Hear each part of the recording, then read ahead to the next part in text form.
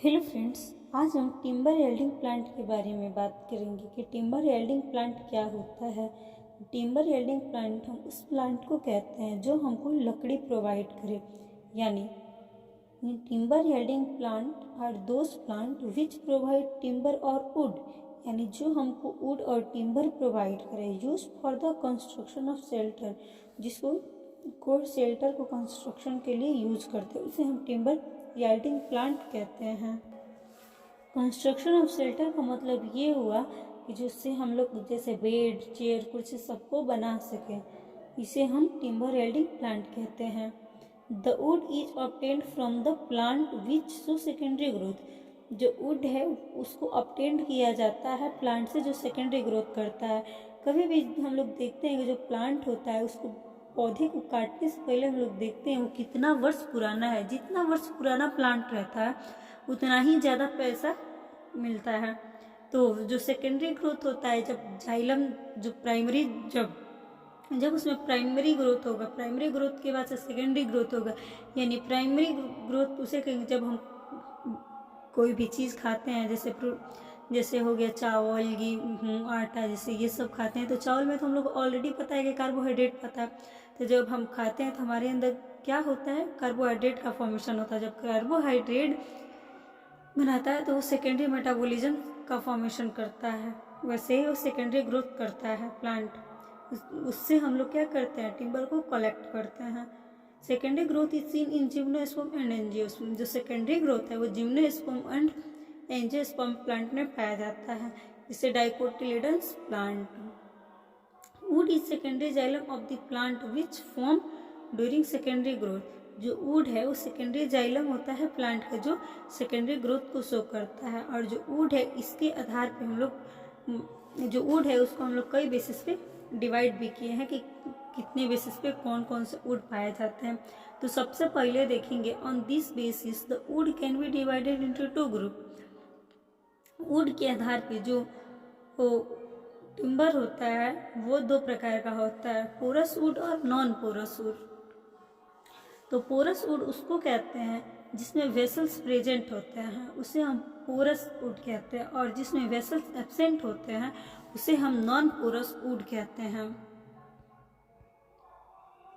Porous would का example हो जाएगा वुड ऑफ एंजियोस्पर्म। एंजियोस्पर्म का जो वुड होगा वो पोरस वुड का एग्जाम्पल होगा, और नॉन पोरस वुड का एग्जाम्पल होगा जिम्नोस्पर्म। जिसमें जिम्नोस्पर्म में भी जो नीटल ग्रुप को छोड़ के, नीटल ऑर्डर को छोड़ के सब क्या होगा, नॉन पोरस वुड होगा जिम्नोस्पर्म में।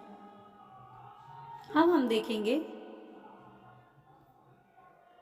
ऑन द बेसिस और प्रेजेंस और एब्सेंस ऑफ जाइलम फाइबर। अब जाइलम फाइबर के आधार पे हम देखेंगे कि वुड कितने प्रकार का होता है। तो जाइलम फाइबर के आधार पे जो वुड होता है वो दो प्रकार का होता है, हार्ड वुड और सॉफ्ट वुड।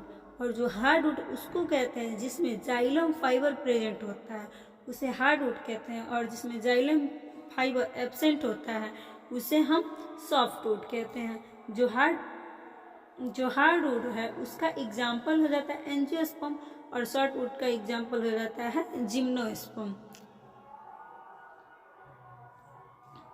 अब देखेंगे on the basis of annual ring. Annual ring के आधार पर जो वुड होता है वो दो प्रकार का होता है, ईयरली वुड और लेट वुड। ईयरली वुड को हम स्प्रिंग वुड के भी नाम से जानते हैं, यानी it is also known as spring wood. This wood can be formed at early month of year.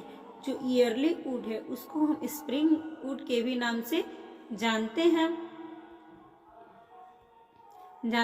और ये form yearly month of year के ईयरली मंथ में होता है during spring season. Spring season में ये वुड जो होता है उसमें हाईली जाइलम वेसल्स की ज़रूरत होती है, क्योंकि जैसे जैसे मतलब जो स्प्रिंग सीजन है उसमें जो प्लांट है उसका जो कैविटी होती है वो बहुत ही चौड़ी हो जाती है, जिसके कारण उसके वाटर की मतलब वाटर बहुत ज़्यादा कंसंट्रेटिंग में चाहिए होती है। उसके बाद से वो अपना जो प्रकाश संश्लेषण से जो भोजन का फॉर्मेशन करता है वो ज़्यादा से ज़्यादा अमाउंट में करता है, क्योंकि इसमें जो वेजिटेटिव प्रोपागेशन है वो बहुत ही तेज़ी से होने लगती है। Means transfer more than one water is necessary photosynthesis, wider xylem vessels are formed. मतलब अभी हमने ये बताया कि जो इसमें वाइडर जाइलम होता है वो बहुत ही वाइडर हो जाता है, जाइलम होता है जो वो बहुत ही चौड़ा हो जाता है, यानी in this it is also known as spring wood. This wood can be formed at early month of year during spring season. This wood has xylem vessels with wider capacity। जो हमने ये बताया कि जो स्प्रिंग सीजन है इसमें जो vessels होता है उसका वाइडर कैपेसिटी होता है, कैविटी हो जाता है, क्योंकि स्प्रिंग सीजन में जो वेजिटेटिव प्रोपागेशन होता है वो बहुत ही फास्ट होने लगता है, जिसके कारण ट्रांसपोर्टेंस जो वाटर का जो ट्रांसपोर्टेंस है वो बहुत ही ज़्यादा ज़रूरी हो जाती है फोटोसिंथेसिस के लिए। Wood with wider xylem vessels are form, जो हमने बताया कि जो वुड में जो जाइलम वेसल्स है वो बहुत ही चौड़ी हो जाती है। अब हम देखेंगे लेट वुड के बारे में। तो जो लेट वुड है उसको हम अटमन वुड के भी नाम से जानते हैं। It is formed in late month of the year, और जो लेट वुड है वो लेट मंथ ऑफ ईयर में इसका फॉर्मेशन होता है। The xylem vessels of this would is with narrow cavity.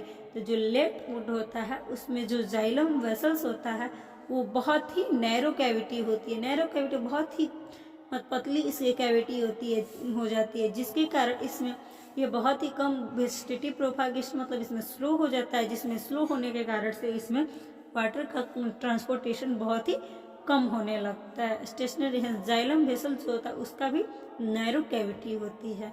अब हम देखेंगे पोजीशन और सबस्टेंस के आधार पर जो वुड होता है वो कितने प्रकार का होता है।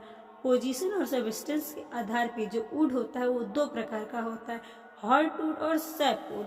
तब देखेंगे हार्ड वुड किसे कहते हैं और सैप वुड किसे कहते हैं। देखेंगे हार्ड वुड जो होता है वो सेंट्रल पार्ट होता है, मीन्स जैसे ये वुड है, वुड का ये जो सेंट्रल पार्ट होता है ये हार्ड वुड होता है और ये ओल्ड स्टेम में पाया जाता है। Means it is a central part of an stem, it is dark in colour. जो ये हार्ड वुड है बहुत ही डार्क कलर का होता है और ये मैकेनिकल सपोर्ट प्रोवाइड करता है स्टेम को। और जो इसमें सेल्स होती हैं वो डेड सेल पाई जाती है और ये हाईली रेसिस्टेंट होती है फंजाई अटैक और इंसेक्ट के अटैक से।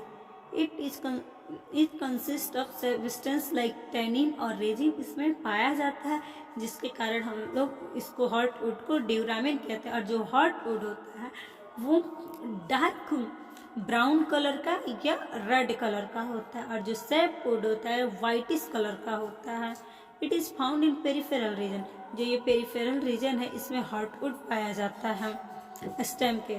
और ये जो है वो लाइट कलर का होता है, जैसे हम अभी बताया वाइटिश कलर का ये दिखाई देता है और इस कंटेंट लिविंग सेल, और ये लिविंग सेल से मिलके बना होता है और ये सभी फिजियोलॉजिकल एक्टिविटी होता है यही कंटेंट करता है SAP would. It is a less durable, और जो सैप वुड होता है वो बहुत ही लेस ड्यूरेबल होता है क्योंकि इसमें टैनिन और रेजिन नहीं पाया जाता है, जिसके कारण इसको अल्बर्नम भी कहा जाता है। अब हम देखेंगे टिम्बर का क्या क्या यूज है। तो जो टिम्बर है इसका फॉलोइंग यूज है, जैसे हम इसको पेट्रोलियम में इसका यूज करते हैं, रेलवे में यूज करते हैं, प्लाईवुड बनाने में यूज करते हैं। इसका बहुत ही सारा यूज है। किसका? ये टिम्बर का। टिम्बर यानी जिससे हम लोग जिस प्लांट से हम लकड़ी को ऑब्टेंड करते हैं।